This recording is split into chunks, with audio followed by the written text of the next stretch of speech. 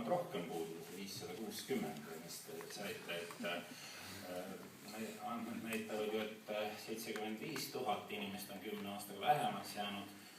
Mina olin 10 aastat tagasi eelmise rahvaloenduse ajal töötasin Siseministeeriumis ja siis õnnestus ärritada inimesi sellise lausega, et iga aasta Rapla linnatäis inimesi Eestimaalt kaob ära.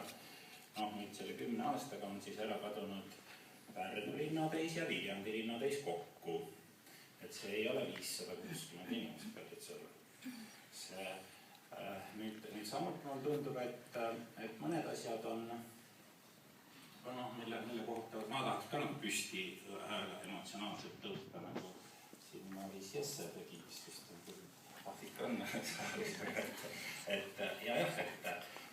Üks asi on see, et mina olen ka seda meelt, et ikka rahvastiku vananemine on väga suur saavutus, mitte probleemist ülepärasis.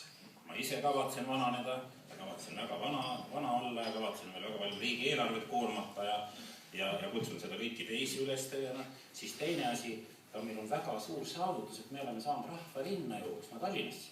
See ei ole probleem, kallid inimesed.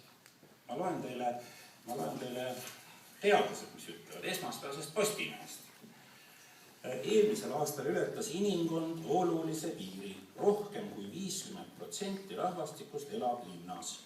Harvardi ülikooli professor Edward Glaser, üks tuntumaid urbaniseerimisteoreetikuid maailmas, märkis selle peale. Olen selle üle väga õnnelik. Linnas elamine teeb inimesed õnnelikumaks, tervemaks, targemaks ja rikkamaks.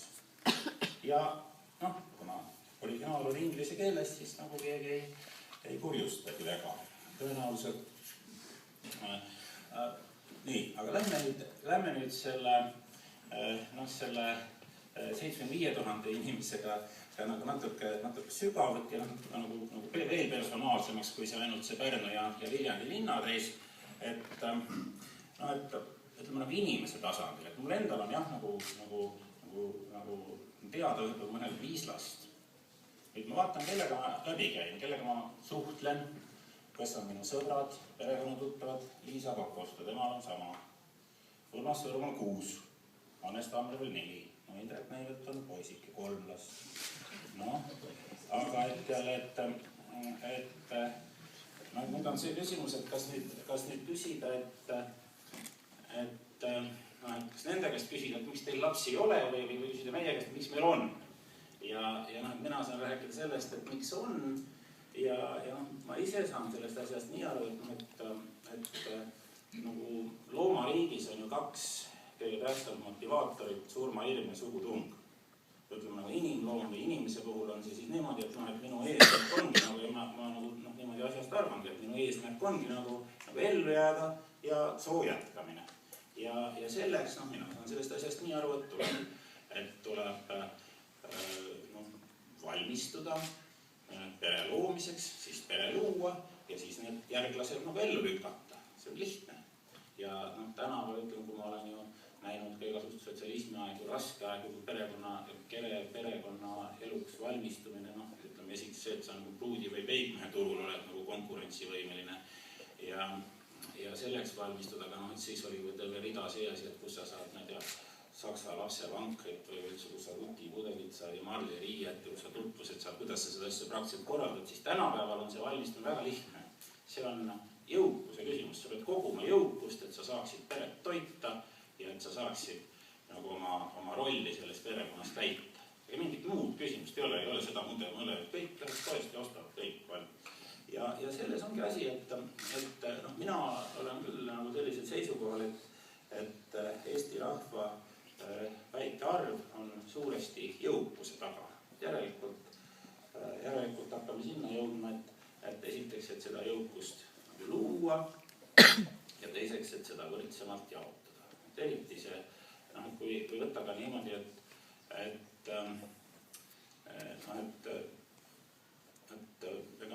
kui me räägime oma väiksest rahvaarvust siin ja vähenevast, siis see on natuke suhteline, et me oleme üldiselt, võrrelda Läti ja Venemaaga, me oleme väga edukad olnud. Kui võrrelda nüüd jälle siin teiste regiooni riikidega, Soome, Rootsiga, me ei ole nii edukad, et me oleme kuskil nagu keskel, aga eks seda tulebki vaadata nende poole, kes siis on meil edukamad olnud ja me ju siin räägime ja ja teie lugupeetud erakond, juhterakonna reformikate kiiluvees, räägite sellest mingisugusest salgatanismist ja maksukoormuse tõstmisest, mis on mõnest nagu päev selge, et see peaks toimuma, see kindlasti aitaks kaasa laste sündimisele.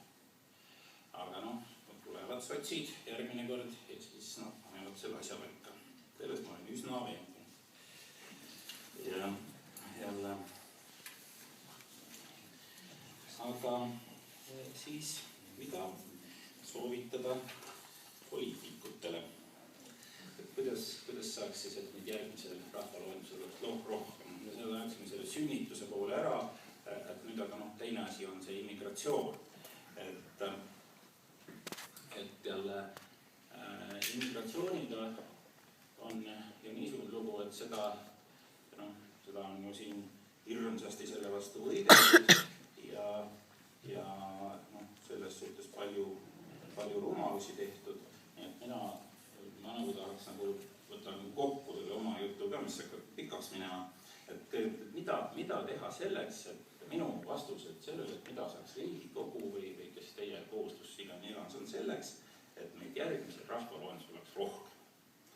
Esimene asi on see, et hoogustada majandust, teie oma võimalust, elavdada majandust, vähendada piiranguid, suurendada võimalusi, et jõukus ja üldine tase saaks tõusta.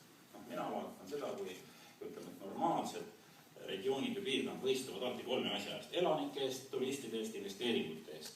Kui mina kui majandusinimene vaatan, kui hullusti ikka siin nagu igasugused just sellised emotsionaalsed organisatsioonid nagu tapavad seda majandust sellega, et ei luba investeeringut sisse, Nõmmede selts ja sellised asjad. Ma saan aru, emotsionaalselt on see nagu tore, aga ütleme sellepärast täis, et ei rahvus on suusakeskus Nõmmele tegemata, nüüd ei saa Tallinnasse sisse teed sealt nagu Euroopa poolt teha, sellepärast, et nad on kõik ükski kohti ei ole õige ja nii edasi. Ma ise näiteks tegelen tuuleenergeetikaga, ei saa merre ehitada, Leedus saab, Taanis saab, Inglismaal, Eestis ei saa. Igasugused küll kalad kudevad ja küll linnud võivad äkki sinna tahavad, just enne ei ole kunagi tulnud, aga äkki tahavad selle koha peale lendama minna ja ei saa. Et see on üks asi, mida saaks küll sellist suhtumist ära. Teine asi on, millest ma käest natuke rääksin, ühtlustada inimeste elutaset. See on ju teada, et sündivuse kõige suuremad probleemid on rikaste riikide vaeste elanike hulgas. Ja jälle, ei juhtu midagi. Kui panna niisugused samasugused maksud peale, kõik inimesed sõidavad ilusti pisikeste autode, ehitavad nende ilusad väiksed majad ja ei juhtu nende selle ettevõtlusega mitte midagi,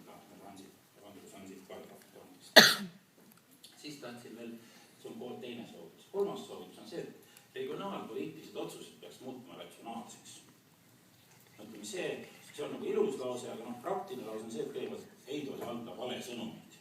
Kui president ei tohi minna jälle habjadaga metsa. Ja jälle, see on ilmselge vale sõnum. Ja ütleme ka see, et kui siin Kiiresmaa nime hea tuli seal lauanaaber, ütleb ka, et kuulge, et tema saab vähem, ei saa, tema saab rohkem, maal on kallim, progress seisub konsolideerumises, ratsionaalsuses, et jõukust oleks rohkem, et seda oleks võimalik jagada, et lapsi oleks rohkem. Ei saa minna iga kuuse alla terve Eesti pinnal see väike 400 000 või miljon laiali hakata nõudma, et kõik asjad meile siia, kõigile kanalisatsioonid, kõigile elektrid, kõigile internet. See ei ole võimalik. See kõik laste kasvatamisraha läheb kõik nendesse liinidesse.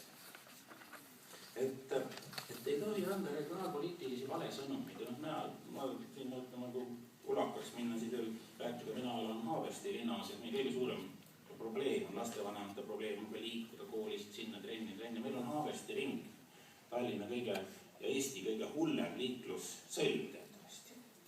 Ja regionaalpoliitilistel põhjustel see ristmik ehitati välja, mitte tasandisel, aga mitte Haaberstisse, vaid Mäo sinna, mitte Tartu-Tallinna maantees, kõrval, Statoili bensiinijaama ette, kedagi ei ole seda vaja. Aga see on seal olemas, sellest vale koha. Need on kahjuks nagu regionaalne vale sõnumist, et need viivad meie rahva jõukuse ja meie võimaluse saada lapsi. Saada lapsi on teine asi, kui laste eest korralikult hoolitseda, et neid tahaks rohkem saada. Ja siis see asi, kus tegelikult kõige suuremad ressursid valus on, mille pärast minu omal ajal lahkelid Isamaaliiduga tegelikult algasid, on see, et kutsuda inimesi Eestisse elama. Et see käive on loomulik, et Eestis tuleb inimesed ära, et siia tahaks ka tulla. Eestis on ilmselgelt kujundatud välja vaenulik seisukoht või vaenulik meeleolu võõramaalase suhtes, need ikka õiged inimesed ei ole. Ma vaatasin, kui siin teadsin statistika ettekandel ei olnud veel nagu kirjutatud, nagu et mitte eestlased, vaid õiged eestlased. Ma kujutan ette, et kui Rootsis, nagu Ivan Oravan komplekt ülendab tiblad, aga Rootsis hakkaks nendest rahvavalgust tegema nagu rootslased ja siis tuleksid mingist muunlased, surkad ka ja Ameerikas niimoodi hakkaks jagama mingist rahvusi ja see oleks päris kole üldiselt. Ärge hävitage venekeelset kogukonda Isamaa Res Publica Liidu juhtimises toimub. Las nad käivad oma rahvas koolis. Ja vastupidi tuleks ingliskeelne kogukond siia kuidagi tekitada. Ma tean väga palju ettevõtjaid, kes tegelikult tahaksid siin väga hästi olla, aga nad ei saa hakkama oma pere küsimustes. Pole ingliskeelset kogukondi, pole reaalselt töötavat ingliskeelset kooli, trenne, värke, käivad ära, pärast siin on, aga et seda tuleks kuidagi nagu juurde. Ja järgmine hiinakeelne kogukond, kes siin Eestis muuseas oli 250 inimest 1990 aastal, aga Eesti valitsus või välja, ei kannatanud ära. Ikka surkad ja kurat ja jälle. Nii et nagu need 4 sõnumit. Elakage majandust, ühtlustage inimeste elutaset, tehke korralikke regionaalpoliitilisi otsuseid, ärge narrige selle maaeluga inimesi. Nad tulevad nagu nii ära ja ma võin seda ka, kui te küsid. Ja neljandaks, et kutsuge inimest Eestisse elama. Eesti on tore elupaik inimest.